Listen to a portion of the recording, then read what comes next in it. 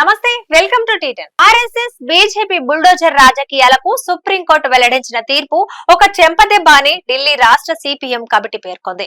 ఈ మేరకు ఒక ప్రకటన విడుదల చేసింది. బీజేపీ బుల్డోజర్ రాజకీయాలకు వ్యతిరేకంగా ఢిల్లీ రాష్ట్ర కమిటీ ఎప్పటి నుంచో పోరాడుతుందని గుర్తు చేసింది. ఢిల్లీలోని జహంగీర్ పూర్ లో మైనార్టీల ఇల్లు, జీవనోపాధిపై బుల్డోజర్లతో దాడి చేసినప్పుడు సహచరులతో కలిసి పార్టీ పాలిట్ బ్యూరో సభ్యులు బృందా కరత్ అడ్డుకున్నారని, బుల్డోజర్ న్యాయంపై పిటిషన్లు వేసిన వారిలో బృందా కరత్ కూడా ఒకరని తెలిపింది. అలాగే ఈ అన్యాయానికి పాల్పడిన యూపీ ముఖ్యమంత్రితో పాటు ఢిల్లీ లెఫ్టినెంట్ గవర్నర్, ఇతర అధికారులను కోర్టు ముందుకు తీసుకురావాలని కమిటీ డిమాండ్ చేసింది. బుల్డోజర్ చర్య చట్టవిరుద్ధం, దుర్మార్గమైనదిగా పేర్కొంటూ సుప్రీంకోర్టు ఇచ్చిన తీర్పును స్వాగతిస్తున్నట్లు సిపిఎం పాలిట్ బ్యూరో సభ్యులు బృందా కరత్ ఒక ప్రకటనలో తెలిపారు.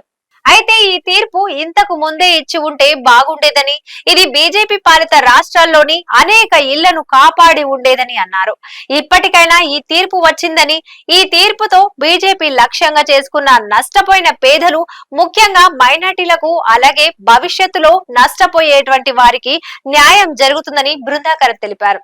ఇది వాటి న్యూస్. చూస్తూనే ఉండండి టీటెన్.